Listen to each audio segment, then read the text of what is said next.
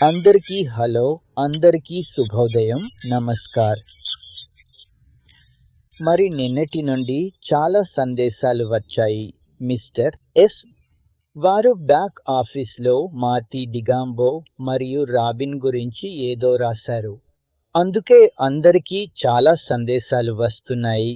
అందరూ అడుగుతున్నారు, ఇది ఏమిటి, ఎలా ఉంది అని. నేను కూడా మార్టీకి సందేశం పెట్టాను, ఇది ఏమిటి అని అడిగాను. మరి మిస్టర్ మార్టీ చెప్పారు, నాకు ఇది ఏమిటో తెలియదు అని. నేను రాబిన్కి సందేశం పెట్టి అడిగాను, ఇది ఏమిటి అని. అతను కూడా చెప్పాడు, తనకు ఇది ఎందుకు ఉందో తెలియదని. అతను నిన్న లైవ్ కూడా చేశాడు. నా అనుమానానికి అందులో అతను చాలా విషయాలు చేశాడు. మరియు మైక్ ఎలిస్ కూడా తన 5 నుంచి 6 వరకు నిమిషాల వీడియోను పెట్టాడు. అతను గత 20 నుంచి 25 వరకు సంవత్సరాలుగా అతనితో చాలా దగ్గరగా ఉన్నాడు. డాన్ స్ట్రీట్ మరియు మైక్ ఎలిస్ ఇప్పుడు నాకు తెలియదు, వీరిద్దరూ మేము ఇకపై మార్టీతో సంబంధం లేదు అని అంటున్నారు. ఇన్ని రోజులు వారు అతని స్నేహితులే. మేము వెనుక ఏం జరుగుతుందో, అది ఎలా ఉందో మాకు తెలియదు. మీరు చాలా సందేశాలు పంపుతున్నారు. నేను చెప్పినట్లే మార్టీ రాబిన్తో సందేశాల్లో మాట్లాడాను, కానీ వారికి తెలియదు అన్నారు. అందుకే వారికి మీరు శ్రీమహోదయుడితో మాట్లాడవచ్చు అని చెప్పాను.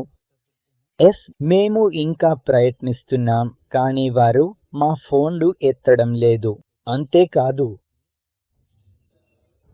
ఇది పరిస్థితి. ఇంతలోనే నేను శ్రీమహోదయుడికి మెసేజ్ చేశాను. ఈ ఘటన జరిగినది షాకింగ్ అని చెప్పాను. అందుకే నేడు నాకు శ్రీమహోదయుడి నుండి వాయిస్ మెసేజ్ వచ్చింది. ఎస్ అది 2 నిమిషాల చిన్నదే.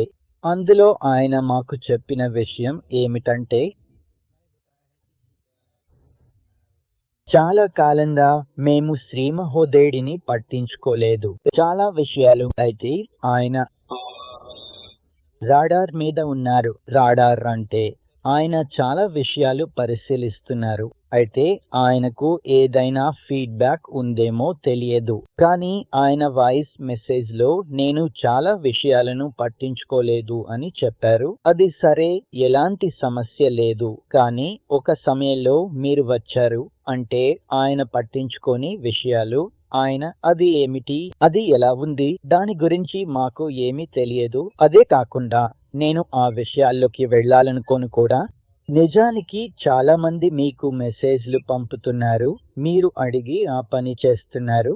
ఎందుకంటే అది మన స్థాయికి సంబంధించినది కాదు. లేదా అక్కడ ఏమి జరిగిందో మనకు సంబంధం లేదు. కానీ శ్రీ ఆష్ ఇలా చెప్పారు, దయచేసి ఈ వాయిస్ మెసేజ్ లో చెప్పండి, మనం తదుపరి అధ్యాయానికి వెళ్తున్నామని. మనం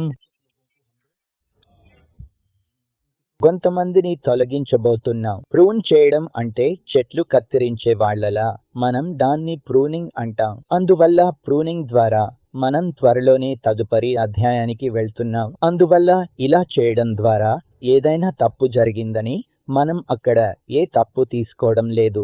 వాళ్ళు చెప్పడం అంటే ఇదే కదా. ఈ ఎపిసోడ్ మనందరికీ నిజంగా షాకింగ్ గా అనిపించింది. మార్టీ ఎలాంటి సందేహం లేకుండా మమ్మల్ని చాలా మంచి విధంగా ప్రోత్సహించారు. మీరు గత సంవత్సరం నుంచే చాలా యాక్టివ్గా ఉన్నారు. కానీ వెనుక ఏం జరుగుతుందో మనకు తెలియదు. ఎవరు ఏం చేస్తున్నారు? మార్టీ తన వివరణ ఇస్తున్నారు. మిస్టర్ ఎస్ గారికి కూడా తన వివరణ ఉంది. అందుకే మనం అనుకున్నాం, ఎవరు ఏం చేసినా సరే నేను ఏ విషయాన్ని లోతుగా తవ్వడం లేదు. వాళ్ళిద్దరి మధ్య ఏం జరిగిందో దానిలోకి నేను వెళ్ళాలనుకోవడం లేదు. సరే, ఇది మిస్టర్ ఎస్ గారి కంపెనీ.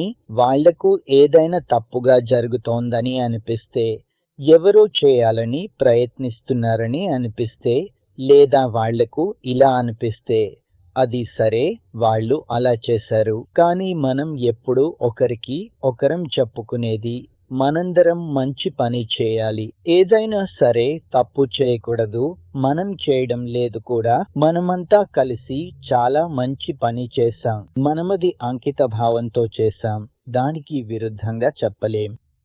కానీ అవును, వెనుక ఏదైనా జరుగుతుంటే అలాంటి ఏదైనా జరిగిందని అనుకుందాం. కానీ ఏమైనా మనం ఎక్కువగా చేయాల్సిన అవసరం లేదు. అందువల్ల ఏదైనా జరిగినా మిస్టర్ ఎస్ మిగతా విషయాలు మీకు చెబుతారు. సరే, అందరికీ చాలా ధన్యవాదాలు మరియు నమస్కారం.